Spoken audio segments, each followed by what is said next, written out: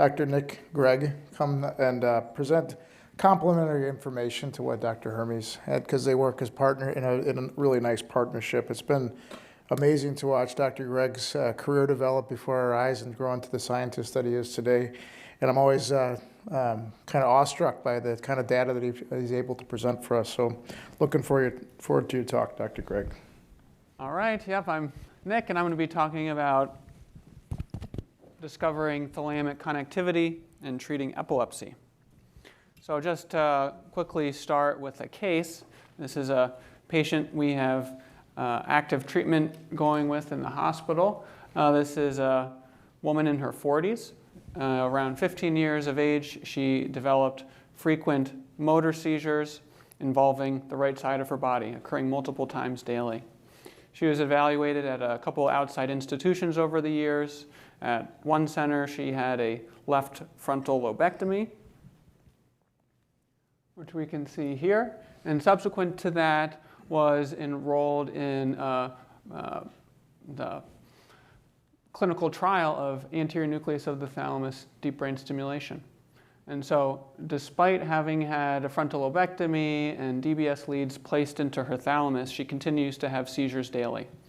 And so these are kind of the nightmare cases for us, where we're using the tools that are currently available to us, thinking we're going to provide a benefit to our patients and not getting the control we would like. Refractory epilepsy can lead to constant worry in our patients. There's always the impending situation that a seizure is around the corner. This can impact relationships, their livelihood, real loss of sense of independence, and also all of these things can impact memory, mood, and sleep. And this is a very common condition, and a third of people with epilepsy will have drug-resistant epilepsy, and in those cases we're relying on surgery and neuromodulation to try and come up with solutions. Anterior thalamus deep brain stimulation is FDA approved, and while only that single target is approved, we are trying to make efforts to explore other potential deep brain targets we can use to better provide therapy. And so some of the limitations to conventional deep brain stimulation, just what I'm going to cover is limitations to conventional deep brain stimulation, and then I want to present on the new methods we're developing to map, modulate, and track excitability in different brain circuits. And the ultimate goal here is personalized neuromodulation for epilepsy to help our patients. And so some of the limitations we have for neuromodulation for epilepsy at this time is that each individual has their own unique seizure network. And here's just a schematic of different potential areas where seizures could be arising. And we're not limited to a single circuit like you might see for essential tremor or Parkinson's disease. Here, each person is unique. And so we need to be able to find where seizures start and also identify what regions in the brain we can stimulate to modulate those unique seizure networks.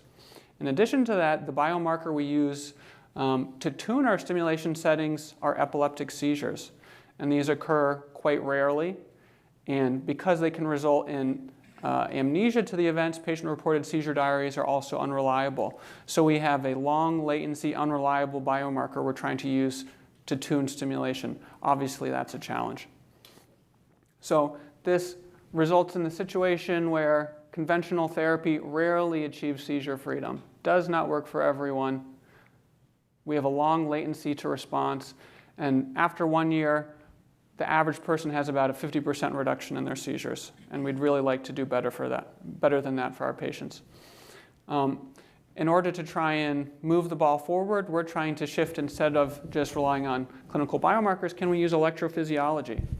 And so we can track using chronically implanted systems when seizures are occurring in our individuals, but these occur quite rarely. So we can see over a couple of weeks of data, you only see a few seizures, so hard to tune stimulation just based on that.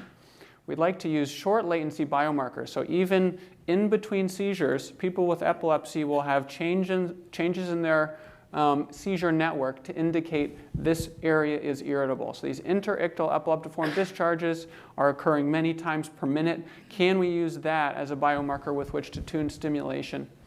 And so those are passive biomarkers. The other thing we can do that Dr. Hermes was talking about is we can actively probe the brain, deliver a stimulation to one area, and we can see the evoked responses we see in other brain regions. And so can we use active biomarkers to map networks?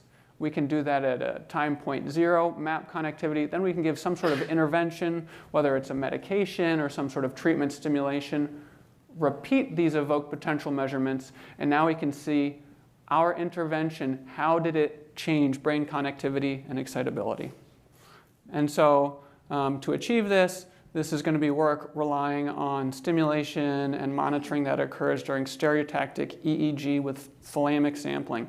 So when our patients with drug-resistant epilepsy are looking for next therapy, we will place multi-contact electrodes into various regions of the brain to try and characterize seizure networks. And then in addition to characterizing these cortical and subcortical nodes of the seizure network, we can also deliver stimulation, see how different regions of the brain communicate, and then we can also deliver repetitive stimulation to try and modulate those networks, to try and tailor neuromodulation with a chronic implant in the future. And so I'm going to be talking about a study we've been doing recently and is out on preprint and actively under review. And so what was going on here is we have patients implanted with electrodes into the thalamus. And so we'll deliver those single pulses of stimulation to the thalamus, map connectivity. Then we're going to deliver treatment-style high-frequency deep brain stimulation for a matter of hours. And then we're going to repeat those evoked potential measurements and see how things have changed. And so at baseline, we can measure the power in these evoked responses to get a gauge of connectivity strength. And we can map that for every recording electrode contact. And then after our intervention, we can take those same measurements and see how have we modulated these circuits. We did this in 10 individuals, one patient with bilateral thalamic lead, so 11 thalamic structures were sampled. And the first thing we did is just wanted to map thalamocortical networks. So this is similar to the work that Dora was presenting on the pulvinar, but we have leads placed all over the thalamus, so it can be characterizing connectivity patterns in different regions. So here is an individual who has electrode at the junction of limbic thalamus, ANT, and motor thalamus, ventral anterior nucleus, and we can see broad areas of engagement, getting both limbic orbitofrontal and cingulate regions, as well as extralimbic frontal regions. Here is a patient just with lead in the ventrolateral nucleus, so motor thalamus, and here we're just seeing some motor and premotor, prefrontal regions, but we're not getting temporal lobe, not getting orbitofrontal cortex. So, this is just a matter of a few millimeters that are separating these two contacts, and we're engaging different circuits. So can we use this type of connectivity data to characterize an individual seizure network and then have seizure network-specific DBS targeting to pick the target that's best going to engage their pathology? And so across all of our structures, if we look at thalamic contacts in limbic and motor regions, we can see very broad areas of engagement. Motor only, we see some other engagement territories, and then similar to what Dora was showing, medial pulvinar and regions being engaged. So depending on your seizure network, we're starting to get a better understanding of which structures to go after. And so we can start to come up with some general models if we're stimulating in the limbic thalamus in blue, motor thalamus in yellow, pulvinar in green, centromedian nucleus would have more motor projections. We can start to be more intelligent about our targeting. The other thing that we did here is during these monitoring sessions, we measure our baseline thalamocortical connectivity, so stimulate the pulvinar, and we see that we're engaging the seizure network. So that's step one, just looking at the connectivity. We can look at the rate of those epileptiform discharges at baseline. And then when we're delivering high-frequency stimulation, we can see that we're suppressing that canonical marker of epilepsy. And so here we can see each time thalamic stimulation comes on, 1 minute on, 3 minutes off, 1 minute on, we can see we're suppressing the interictal discharges each time that stimulation comes on, just knowing that, demonstrating that we're engaging and modulating the network.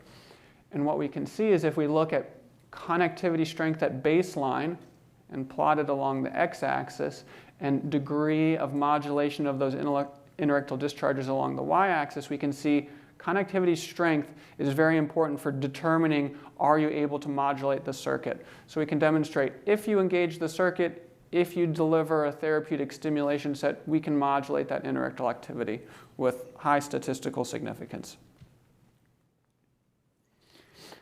Another interesting thing we found when looking at this data, since we measured evoked potentials at baseline, gave our intervention, and then measured evoked potentials following our therapeutic stimulation, we can see how did those evoked potentials change. So at baseline, we see our tracing in black. After a relatively shorter duration of treatment stimulation, we did not significantly modulate that evoked potential response. So even after 90 minutes of stimulation, could not modulate this measure of connectivity strength or excitability. Whereas when we were stimulating at longer durations there, we were able to modulate evoked potential amplitude, so that would just be an indication of we're modulating that connectivity strength or excitability. And if we look across all 10 subjects, each regression line is a different individual.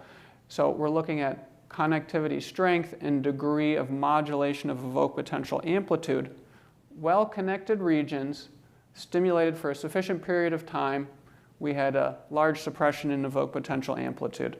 So this suggests, whereas shorter durations of stimulation, less than an hour and a half, no significant change or actually a slight accentuation in evoked potential amplitude.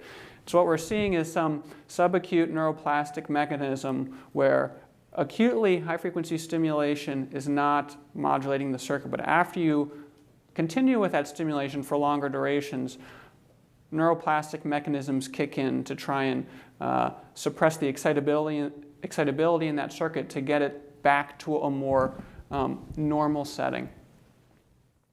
And so we're just able now to characterize the different time scales over which DBS is having its effects. We can see acute desynchronization and would attribute that to direct electrical effects on the network, whereas the subacute excitability findings we are seeing with modulation of evoked potential amplitude, that suggests something like homeostatic plasticity. And that's something that operates through different mechanisms like synaptic scaling and recurrent networks. Brain networks like to fire at a certain set point. And so if you're driving a circuit more aggressively with high-frequency stim, it's going to modulate its gain to try and bring things back to a more normal setting.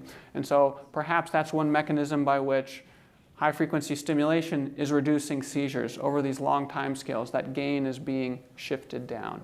And these time scales are similar to what we see for some other indications for DBS. So things like psychiatric indication, tics, dystonia, central pain, those effects also operate over hours to days-long time scales and may also reflect this type of mechanism. And so here's a paper that laid out some of the timing of the effects of deep brain stimulation. And these are conditions with relatively greater efficacy, things like tremor disorders and Parkinson's disease. We'd seen very nicely those very quick clinical biomarkers that can be used to tune stimulation for those indications, whereas conditions with longer latency clinical effects typically have lesser efficacy. And our hope is that using these electrophysiological biomarkers, we can get quicker feedback and improve therapy. And so just wrapping up here, I think our results build on an existing foundation of a network theory of neuromodulation. There have been studies showing that clinical improvement scales with engagement of pathological networks for dystonia, Tourette syndrome, Parkinson's disease, and OCD. Here are some additional papers showing that. Some work I've done with Seong Park, one of our talented fellows in the audience, has been trying to characterize seizure networks in generalized epilepsy. And so we contributed to a study doing lesion network mapping of idiopathic generalized epilepsy. And so this is showing structural abnormalities in patients with generalized epilepsy, what regions are abnormal. And then when we evaluated the connectivity of our centromedian DBS cohort, people who were responding well, we found had strong connectivity to the same lesion network. So just showing that we're starting to build on this network theory of neuromodulation for epilepsy. And so ultimately, the vision is biomarker-targeted stimulation for precision neuromodulation. This is akin to awake monitoring for Parkinson's disease and tremor, but for conditions with long latency clinical effects. Here's a somewhat famous case of Dr. Lee's, where a concert pianist or a concert violinist had tremor, and he was able to come into the operating room with his violin, and we could, or his team could demonstrate tremor control for the important task for him during awake monitoring.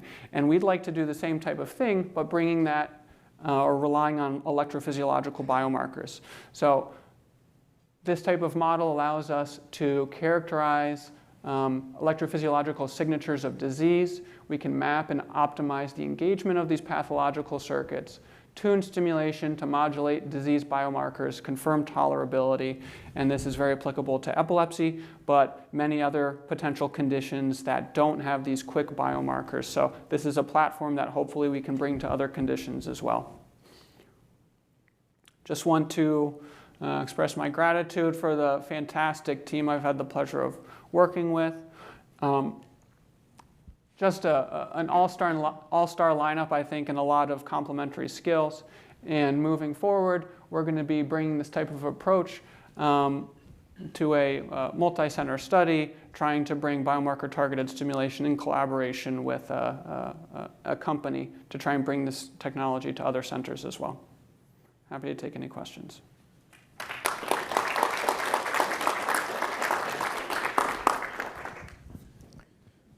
Questions for Dr. Gregg?